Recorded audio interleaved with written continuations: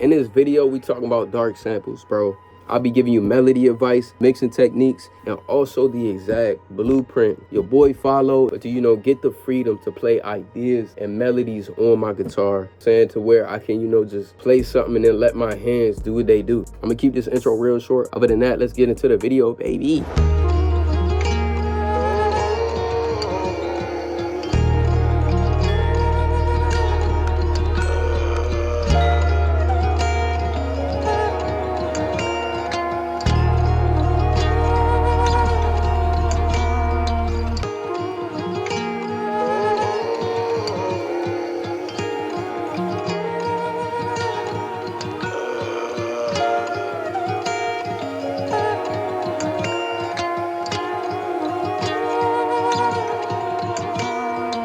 Yo, what up? So check me out. So this gonna be the FLP we breaking down, man. Looking at songs like, we can see when a dark sample or a melody is executed correctly. They really put us in that ominous feeling, bro. And I ain't gonna lie, as soon as a song or a beat comes on with these type of samples, bro, you already know it's gonna be a hit. And the end product is literally gonna be night and day. A dark melody is something that curates a feeling of unease, urgency. It really capitalizes on tension, man, like the tension of the melody. Alright, so for sound selection, we want to focus on, those fundamental instruments, ones that give that eerie feeling that we're looking for. So we can go to things like piano, strings, guitars. We want to use these instruments and create another world for a listener.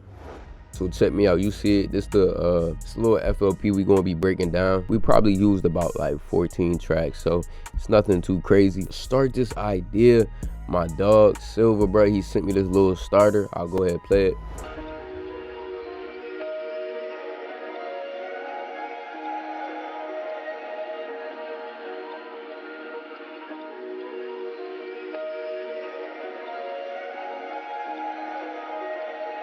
You feel me? It hit all the checkpoints that I'm looking for whenever it comes to a foundation of an idea. You want it to be repetitive, catchy, and simple. You got those three things, bro, and you smooth, bro. You smooth.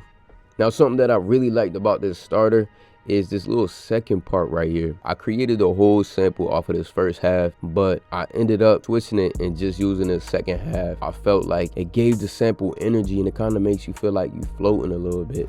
Dark melodies are known for capturing people's attention. They want to keep you in this ominous state, this elevated feeling where you're waiting for something to resolve. And for darker vibes, repetitiveness is key. You want things to be simple, to the point to where you have to listen to it. So even with this starter, I'm looking at how can we pull out the dark qualities in this melody. Now, knowing that we need to stick to fundamental instruments, the next thing I did was I grabbed my guitar. All right, man, so for all my people out there that never touch a guitar in their life, this next minute or two might be exactly for you, but I'm about to go into the exact blueprint that I followed to learn how to play guitar. We're using very simple ideas. We're just piecing together individual takes to create fluidity and a much better idea at the end. Now, check me out. Speaking of finesse, bro, we started off playing the idea with one string.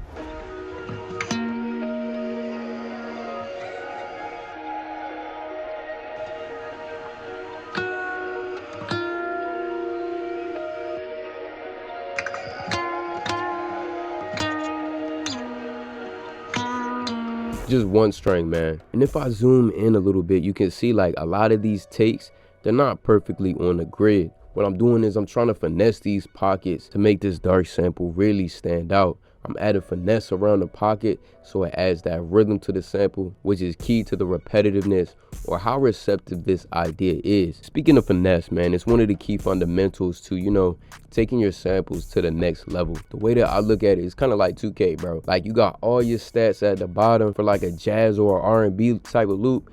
You might need your finesse at like 85 and up. You feel me? You can't hit the momentum speed boost yet until you get to that type of level. Now, let's say for like a regular, trap melody, like a catchy trap melody, your finesse might not have to be that high, but your ability to create a receptive minimal ideas might have to be up here. So I think like with every single sample, you're using essentially the same fundamentals, but how much of that fundamental do you need to implement to get the best idea?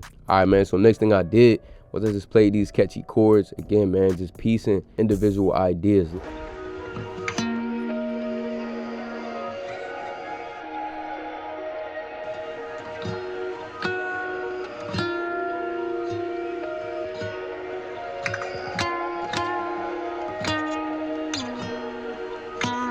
I'm using really repetitive and catchy notes, again, because I'm trying to keep the listener in this elevated feeling to where they want the sample to resolve. So by playing repetitive chords, it keeps that listener engaged. Even in music, man, it just shows life is about like just stacking the little Legos. All right, man, so looking at tracks, like we can see they're using really fast-paced ideas. They're almost like trills, but these faster notes, they add a feeling of urgency, adding to the darkness of the sample. Now you can use this with any type of instrument, bro, not just guitar.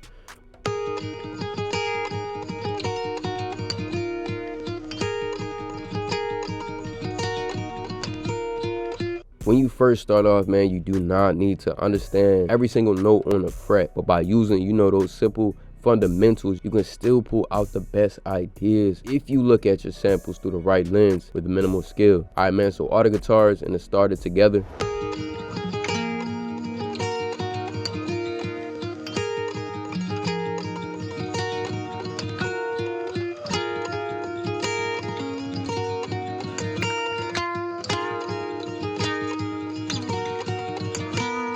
And with these guitars, I made sure that I can press these joints. But by doing this, I was able to push it front and center of the mix and make the guitar the foundation for all of these other instruments to kind of build around. You can kind of look at compression as like you moving something closer to the mic and you moving something farther back. If I added a bunch of compression, it'll probably sound like I'm like this. All right, man, so check me out. One of the most powerful instruments in all of music is the bass.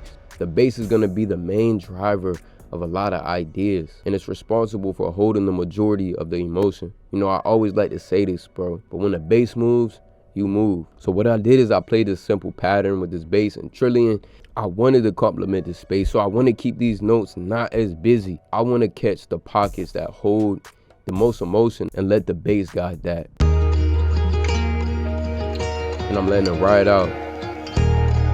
And then I caught that emotion again.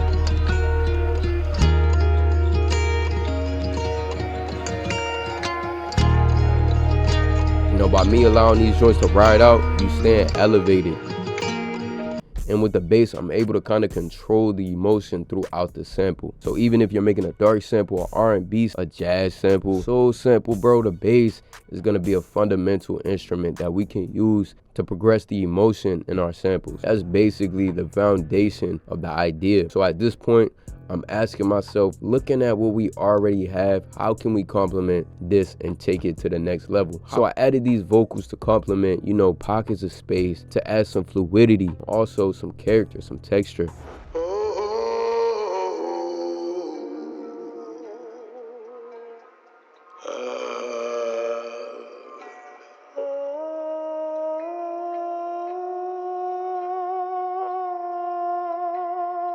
Not just producers, artists, regular people too.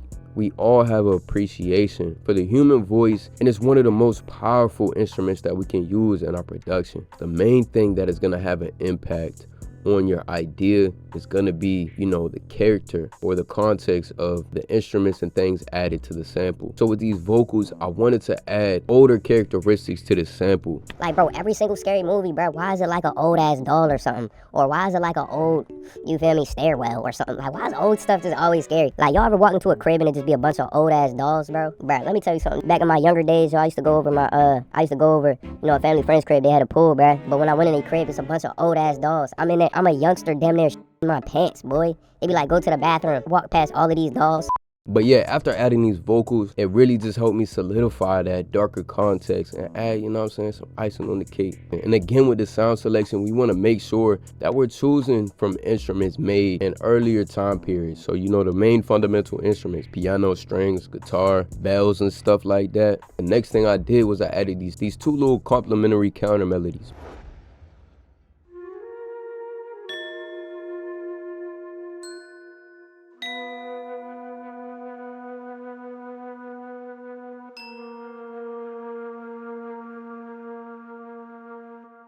What guided these notes? Honestly, the fundamental of call and respond, bro. To create a great idea, our music in a sense needs to be having a conversation with itself. You know, it's like a game of telephone. So for this example, the call would be those vocals, and the response to the vocals is this little section right here. But this call and response effect, it helped me progress the idea and also fluidity in that organic flow that we looking for. And all right, man, so the next thing I did was I added this little fruit. All right, man, so next thing I did was I added this flute phrase.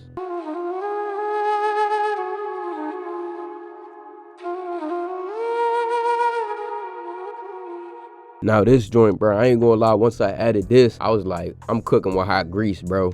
You feel me? But this really helped me make that idea feel urgent. And even with the mix with this joint, I wanted it to, you know what I'm saying, kind of be played out the way. I wanted this joint to be like, we running in a forest or something, you know what I'm saying? And it's a little cut scene or a dude off to the side playing the flute, you know what I'm saying? But again, we're trying to essentially create another world for the listener, and everything in the sample or this environment should be able to fit that world or context of it being a dark sample. And you can see I got this little automation clip just controlling the volume to keep the idea elevated and add, you know, an actual feeling of eeriness into the sample.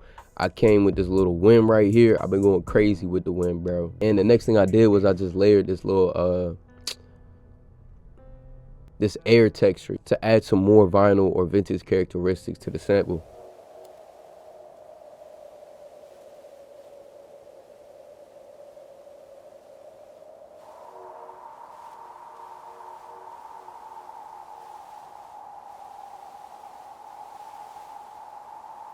All right, man, so that's pretty much it. Now, I know I showed y'all the effects and all of that stuff, but I still want to tap into, you know, some mixing techniques to help take your samples to the next level. Very simple plugins, bro. Just EQ, compression, delay, and reverb, bro. Those 4 joints are honestly the fundamental effect plugins that you need for all of your samples, dog. Now, I might be working on a little VST video for like the vintage samples, man, so stay tuned. But like I said, if you got EQ, compression, reverb, delay, bro, all the other stuff is just, you know, icing on the cake. Now with this mix, I really wanted to focus on the warmth, giving it those organic qualities from back in the day. All right, bro, so now for the mix and master sauce, bro. I did not do too much. A good mix is a result of good sound selection and how cohesive are the instruments that are playing together. Also, you can see I'm using RC20. My main intention with this RC20 to really tame some of these frequencies. With older tracks, they didn't have a lot going on in the high end, but they still had a lot of tone and texture to them. All right, man, so for the master, you see it, bro. It's nothing crazy. Just got this little EQ, this tape machine, and this imager. This SSL EQ is probably one of my favorites, bro. You can see it's nothing crazy, bro. You see the highs, mids, and the lows, but I added this to kind of boost some of the clarity and take out some of the muddiness from the mix. I'll play it with and without, but you can see it just brightened up the mix, and it also took out some of that mud that we didn't need. You want the bass to still, you know, hold the same emotion, but not, you know, take up too much space in the mix where it's overpowering. All right, so this little tape effect, you know what I'm saying, it was a subtle addition, but it just added some more oomph to the sample, man. Just added tone and some body that I was looking for to help fit that darker context. You know, with this idea, I really wanted to focus on the warmth of the mix.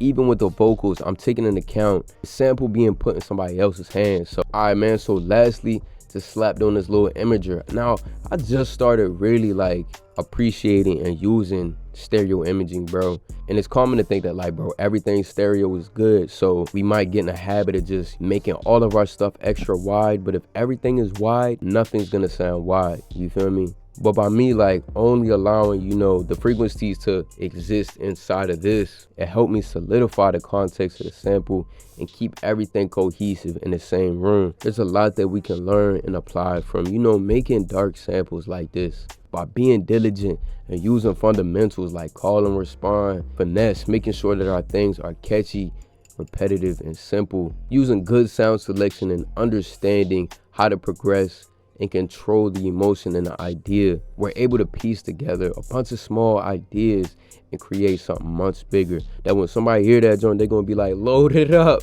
load it up. Load it up, pull that sample up right now. Even if you don't have a guitar, bro, I genuinely think you can still get some value out of this because you could easily substitute that joint like a piano, bro. You know, everything low-key the same words, just a different font.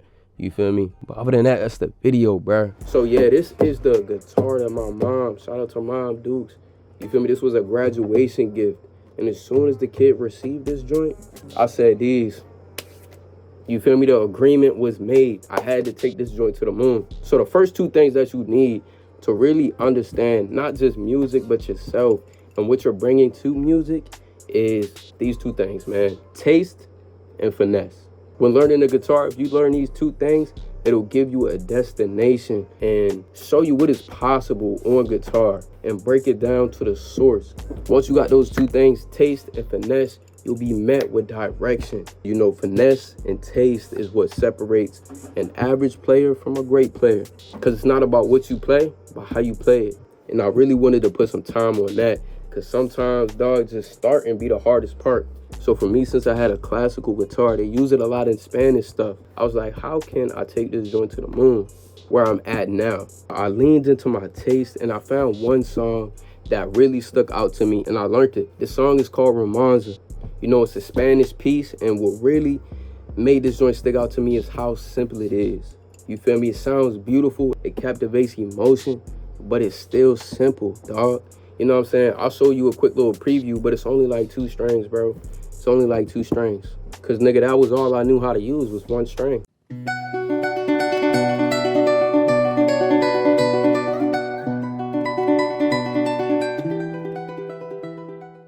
So check me out. Now I want to break down, you feel me, these 3 crucial systems in a real simple way that even a 2nd grader can understand it. You feel me? What, why, and how. What am I talking about? What is it? Why you need that joint, and then how you can use it and how you can apply it going forward from this video. All right, so for this first system, shout out to my dog, Flex, bro. He was like, yo, you should learn the cage system. As soon as you learn this, I'm going to dumb it down, yo. I'm going to dumb it down. 5 chords. You learn these 5 chords. Now you know where every single chord is, every single note is in that key. So check me out. If you playing in the key of C major, you use this cage system. I'm going to put the joint right there, C-A-G-E-D. Now you know where all the notes that sound good in the key of C is. So essentially, you'll be playing all the white notes, but on guitar, right? So now we know how to do that. We found the one key that we can use. Now we can start transposing that joint up the fret, just like in FL Studio. So now, once I got that, I'm like, okay, I'm trying to combo up, baby. I'm trying to hit the cool melodies and the cool ideas and stuff. The next thing that I really had to hone in and learn was the pentatonic scale. As soon as you learn this pentatonic, bro, you're gonna be able to go crazy. I'm telling you, dog. And since minor and major are just 1 note apart, if you know the major, shift that 1 note, now you know the minor. You basically crack the code at that point. Now to really solidify where everything is on that fret and nail the coffin, I learned this last system, really similar to that cage system, but it's called bagged. B-A-G-E-D, you feel me? And I'm gonna show you my guitar too. So I made a little note on my guitar and I'll show you what I'm talking about. But you can see, the leg there. But you can see I got like a pink note right here. I got some pink ones. But you can see like, with that bag system, you basically know where like every single A is, every single C, every B. But once you get all of those down, you start being able to do stuff like this.